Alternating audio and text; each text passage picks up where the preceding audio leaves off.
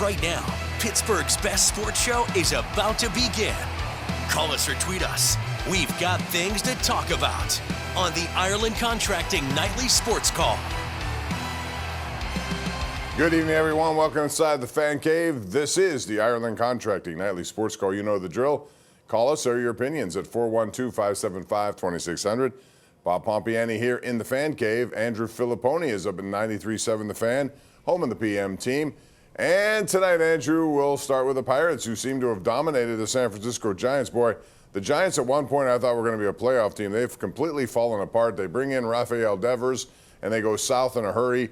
They have some pretty good talent on the team, but the Pirates have had their number, winning now 4 in a row after sweeping them out west. And a come from behind with Jack Suwinski being one of the catalysts. Well, it's about time for Jack. It's good hustle by Suwinski in that game, too. I mean, I think that was very important for that, to challenge that play at third base to get there, which brought the Giants infield in. And Isaiah Kiner-Falefa is the guy that came through with making contact there, and I ask myself, why is he still on the team and why is he still playing? Seriously, it makes no sense to me whatsoever. Tommy Pham has been red hot. He seems to play every day, and he has no future with the Pirates. So there were a series of puzzling moves made by them. I will point out, though, Bailey Falter's Royals career got off to a wretched start tonight when he gave up 5 runs in the first inning. That still doesn't justify that trade with Kansas City, but I'm sure Ben Cherington didn't mind, given the amount of heat he's taken, that the guy he sent to Kansas City for a bag of baseballs got pounded in the first inning tonight. Our KDKA.com Connect poll of the night is about football, which we're going to talk about in a little bit, but I'm going to throw it out now. Will Penn State finish the regular season undefeated? I happen to think they will. Yes or no? You tell us. We'll get that. It's brought to you by Penn West. But I also want to talk about something Pirate-related. Paul Skenes wins player or pitcher of the month for July. He was outstanding with an 0.67 ERA. But Dan Sangrilli up 93.7 The Fan, who does a really good job with the post-game shows and Pirate analysis, says or intimates that maybe the Pirates are interested in signing Skenes. Of course they would be, but that's like, climbing Mount Everest. And I don't think it can be done. I don't think it will be done. How much do you put into that possibility that they would sign him? Almost nothing. I mean, I don't dispute that Dan is right in saying the Pirates are going to, make presentations and make offers and make attempts. But I don't think the money will make sense for Paul. And how long does he want to stay here on a team that is at the bottom of baseball? Why would he want to extend his stay with a team that, since he's arrived here, hasn't won? They've been a last place or fourth place team. So they can make every attempt they want, Bob, but unless they blow them out of the water with a deal, which I don't think they will, they won't. I see Paul Skenes leaving here before his first contract is up, because the Pirates will trade him to make sure they get something substantial back. Yeah, that's the most logical conclusion, unless they do something completely out of character, which I don't see that happening. We have a lot to get into. It's 412-575-2600. Of course, we'll talk some college football. We had a poll out tonight. We're going to tell you about that. Also, we're going to delve into the Cleveland Browns and how many quarterbacks is too many quarterbacks. We'll get into that and more with Andrew Fillipponi. Call us right now. It's the Ireland Contracting Nightly Sports Call. We want to hear from you on KDKA+.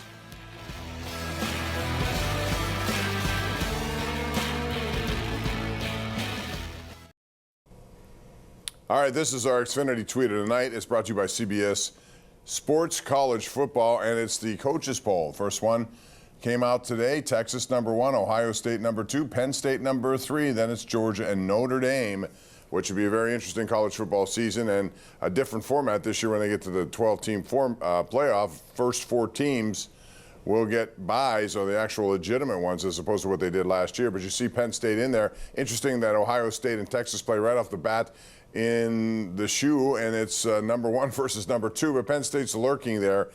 You see our question concerning tonight whether or not Penn State will go undefeated. I'd like to hear from you on KDK.com Connect, brought to you by Penn West. Andrew, it's all set up for Penn State to at least take it as deep as they can. They got close last year. And I think that'll help James Franklin. This offense returns just about every significant player, it seems. Their defense is good, and I think the schedule really helps them early on. Now, they have to go to Ohio State, but they got Oregon at home. Your thoughts about going undefeated? Well, let's start with the schedule. It really is, and I know why they're doing it, because you don't get a big benefit or bump from the non-conference in college football. But what Penn State's doing in September is a joke. Their non-conference is laughable. They should be ridiculed and mocked for it because, James Franklin says it's about setting up your schedule for the playoff. Ohio State is playing Texas. Michigan goes to Oklahoma. Oregon plays Oregon State and Oklahoma State. And Penn State plays FIU, Villanova, and Nevada. They don't play they don't play Pitt. They don't play West Virginia this year either, like they did last year. So, first of all, shame on them for scheduling cupcakes that way. And I don't think they'll go undefeated. They got to go to Ohio State. And that is later in the year. And Sayon there, the new quarterback, will have plenty of games under his belt. They still have Jeremiah Smith, the great receiver. And I know Jim Knowles left Ohio State for Penn State. But you've got Matt Patricia there, the old NFL head coach, calling defensive plays now for Ryan Day. So I've got to see James Franklin beat Ohio State in a game where there's not a blocked kick or some kind of fluke before I say, he's going to beat Ohio State and run the table in the regular season. But I do think they're better on paper than Ohio State is right now. And I think that's to their advantage. And I'll be curious to see who actually, I would expect Ohio State to be favored in that game. But we'll see how it goes. But the one that's going to be very interesting is that whiteout game against Oregon coming up. I want to get into one other thing here, but before we do that, let's go to our number one Cochran Go One Better caller of the night, and that would be Kirk in Manor. Kirk joins us here on the hotline. What's up, Kirk? Hey, how you guys doing? I'm just wondering what you guys think. I'm thinking 12-5 for the Steelers. I think they go to the Super Bowl. Tell me if I'm wrong. Let me know what you think. Well, listen, I hope you're right, but I'm going to tell you that I think you're wrong just because I think too many things have to happen for that to happen. I expect something similar to last year. Now, if things go right in every possible way, 12-5 I think would be doable. But then it comes down to what you do in the postseason, and there are too many matchups there in the AFC that I think would make the Steelers underdogs not to get to where you thought they'd get. So, Andrew, it's all going to start. We're going to get a glimpse of this offense and some of the new players on defense perhaps Saturday night in Jacksonville. But what do you think of 12-5? Overly optimistic? Oh, absolutely. I mean, the win total in Vegas is 8.5. So that's a 3.5 win difference between what the odds makers think and what Kirk thinks. I mean, it's not out of the question that teams blow past their win total, but on paper, they have an incredible defense, and they have a Hall of Fame quarterback. But they still have an offensive line with several question marks. They only have one real legitimate wide receiver. And look, I mean, I still need to be proven wrong about Mike Tomlin in big moments. It's been a long time since he's surprised or upset or pulled off a stunner in the playoffs. They've gotten blown out by Baltimore, Buffalo, Kansas City, those teams. So, no, I'm not going to go as far as to say they're a 12-win team. I don't think anybody in the AFC North is going to win 12 games. I think Baltimore's a little overrated, as a matter of fact. And Cincinnati seems now, Bob, to have their ducks in a row with Stewart signed the first-round pick, and Hendrickson's at practice. So I think they've got some renewed optimism now that it looks like cooler heads are going to prevail with the Bengals on defense this year. Yeah, I would agree with that. I think it's going to be a tough division again, but I think the Steelers will find themselves almost similar to last year. They got to start and win quickly, because if they don't, the second half of their season with no bye week anywhere in there after that game in Dublin, they're going to go like 12 straight games without a bye week. I know they have some Thursday games in there, which helps a little bit, but still, that's a big schedule to try to overcome, so they better make hay early. On the topic of NFL, how about Cleveland? They bring in another quarterback today. It's interesting. Tyler Huntley now signs, which by my count gives them 6 if you're going to count Deshaun Watson, who they're still playing. But apparently everyone's injured there, Andrew. So Joe Flacco's on top of their depth chart. So all of this stuff they've done, and Joe Flacco right now sits atop the depth chart. It's pretty interesting. And Joe Flacco beat the Steelers last year off the bench with the Colts. And I still think if you protect Joe Flacco, even at his age, he can make some plays. But he has no future with the Browns. The Browns have no future with him. They've got to find a way to play the other three quarterbacks, Kenny, Shedeur Sanders, and Dylan Gabriel, and figure out what those guys are, because they need to make a decision on next April's draft. They've got the extra pick because they made the deal with Jacksonville so the Jags could go up and get Hunter. So, they've got a lot of draft capital. But we've seen this story and we've seen this movie before with the Browns, where they have a lot of picks and they need a quarterback. And it very rarely works out. The one time it did, they took Baker, they beat the Steelers in the playoffs, and then they figured out a couple years later, Bob, that he wasn't good enough for them anymore. Yeah. On that note, we have a tweet from Chief White Robe, who says it's amazing how many quarterbacks this team has had in Cleveland in the last 20 to 30 years.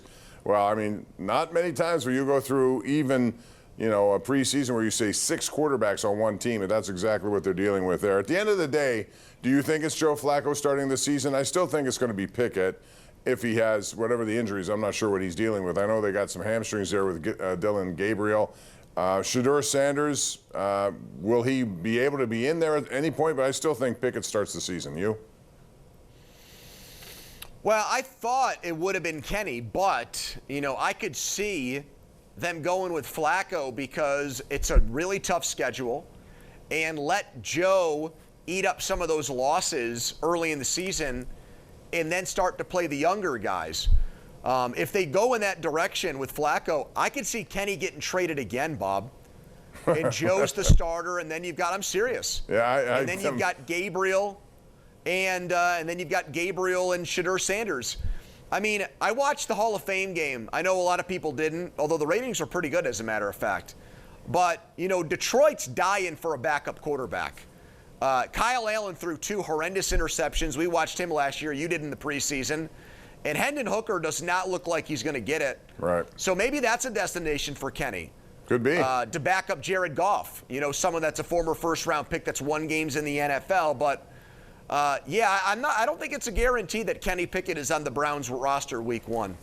And it's interesting, in that game, Trey Lance looked like he was the guy that many people thought he would be in San Francisco after he was the 3rd round, but it is preseason, and that's what you get. Let's go back to the Lions. We have Jim in Peters Township joining us right now. Hey, Jim. Hey, how you guys doing? This is how I think the Pirates should do. And after they get rid of the general manager and new manager in spring training, they ought to do like Chuck Noll did in 1969. He cut everybody but 2 players, and he said, I remember him saying at the time, you guys just aren't good enough.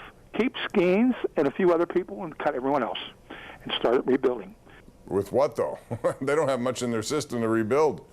That sounds fine. But yeah, they got a long way to go here. It's going to be interesting to see how much money they will spend, because it seems to me that they've made it to the point where they have a lot of money to spend. And I want to see them not only spend what they normally do, but go beyond that, well beyond that. Do you think that's ever going to happen this offseason, knowing, again, it's Skenes and a pretty good young pitching staff? Well, Ben Cherington said they never make a trade to save money. Yeah, that's not true. But then the next sentence he said the money that was being saved on Brian Hayes was going to get used in other places. So there was a point in saving the money. Now, maybe he meant, the money wouldn't just go in the owner's pocket. But the problem with comments like that, Bob, is he's saying we need to use that money and spend it in other places, as if the payroll has to stay the same, not go up, not pay a guy and then pay more guys and spend more money. So they're going to do it as one of the lower spending teams in baseball, and it can be done. It often happens where one of those teams win. But if you look at this year, for example, I think at last check, Bob, none of the bottom 7 teams in payroll right now are in line to make the playoffs. It's all mid-tier and upper echelon teams in terms of payroll who are competing this year. We're back to the old adage that you get what you pay for. And the teams that are trying to do it on the cheap are not finding a lot of success in Major League Baseball this season. On that note, we'll take a break. 412-575-2600. It's the Ireland Contracting Nightly Sports Call. We do the show 7 nights a week right here on KDKA+. Ken Rice is standing by at the anchor desk. What's going on tonight at 11, Ken? Bob, a local police officer remains on leave after his alleged involvement in a road rage incident. Jennifer Barrasso is live with the potential criminal charges on the way. Plus, a crash on Route 28 creating a big traffic backup. We have new details from police tonight on what led to it. And later, a group of young athletes returning to Pittsburgh for the first time in many years for a special competition, all coming up here at 11, Bob. All right, Ken, thanks very much. We will see you then. Pony, with this win tonight, the Pirates have been on fire of late. And as you mentioned, with that two games in Colorado, if they win those things, it's even better than it is right now. They've won quite a bit of games, and that brings Donnie Kelly's record to 37-38. I don't know if you had doubts that he was going to come back as a manager, but I think based on what we've seen that he will be the manager next year. And I still wonder about Ben Cherington, because I still think there's room to think he's going to be back here, even though I don't think he should be. Well, absolutely. I mean, if they finish with a winning record in the Donnie Kelly portion of the season, I think Ben Cherington is going to go to Travis Williams and Bob Nutting and say, look, the manager was the issue. We got Don Kelly in here. He righted the ship. Now let's see what he can do for a full season and give me an off season to surround him and give him better players. And I think that might work. I think that would be his most persuasive argument. And I think, Bob, that might explain why he kept Tommy Pham and IKF and those guys around to try to win as many games as he can between now and the end of the season. Yeah, well, that would have been the wrong reason for me. I don't like that move, and we can debate that later on the show because we're out of time. All right, Pony, thanks. Goodbye, Always Bob. appreciate it. We'll see you again. See ya. Coming up this week. That's going to do it for us. For Andrew Fillipponi and Bob Pompeani, we'll see you again tomorrow night right here at 10:35. Thanks for joining us.